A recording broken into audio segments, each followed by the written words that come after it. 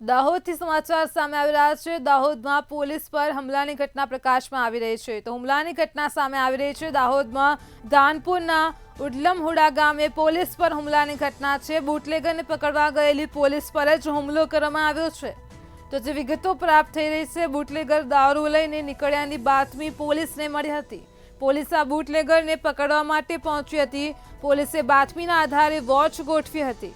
અહીં પોલીસ પર જ હુમલાની ઘટના પ્રકાશમાં આવી છે। પીએસઆઈ શૈલેષ રાઠોડ અને એક પોલીસ કોન્સ્ટેબલને હુમલામાં ઈજા પણ પહોંચી છે।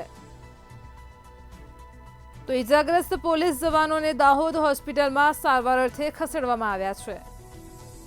પોલીસે ફરાર બુટલેગરને ઝડપી પાડવા માટે કોમ્બિંગ પણ હાથ ધર્યું છે। તો બુટલેગર દારૂ લઈને નીકળ્યા હોવાની પોલીસને બાતમી મળી હતી। પોલીસે આ બુટલેગરને પકડવા માટે એક વોચ ગોઠવી હતી। પીએસઆઈ શૈલેષ રાઠોડ અને એક પોલીસ કોન્સ્ટેબલને હુમલાની ઘટનામાં ઈજાઓ પહોંચી છે।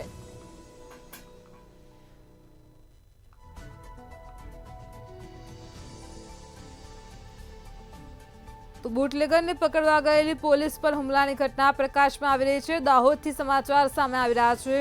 બુટલેગર દારૂ લઈને નીકળ્યા હોવાની બાતમી મળી હતી। તો પોલીસે બાતમીના આધારે વોચ ગોઠવી હતી। અહીં પીએસઆઈ અને અનેક પોલીસ કોન્સ્ટેબલને ઈજાઓ પહોંચી છે। હાલ તેમને સારવાર અર્થે દાહોદની હોસ્પિટલમાં ખસેડવામાં આવ્યા છે।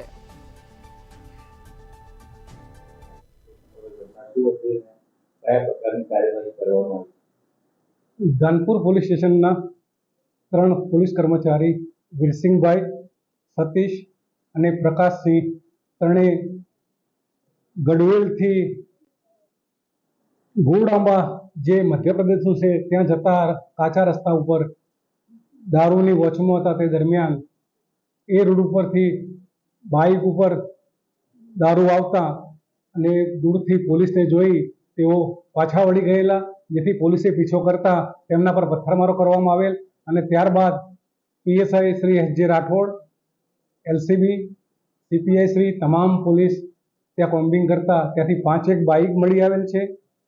આ ભાગી ગયેલ તોમતદારોને ઓળખતા બાબુ જીગરિયા કુરાડ, ઈશ્વર જીગરિયા કિરાડ, લક્ષ્મણ પારસિંગ કિરાડ, રાહુલ દુરસિંહ કિરાડ અને રવિ દુરસિંહ કિરાડ તમામ ગોળાંબા રહે મધ્યપ્રદેશનાઓ છે।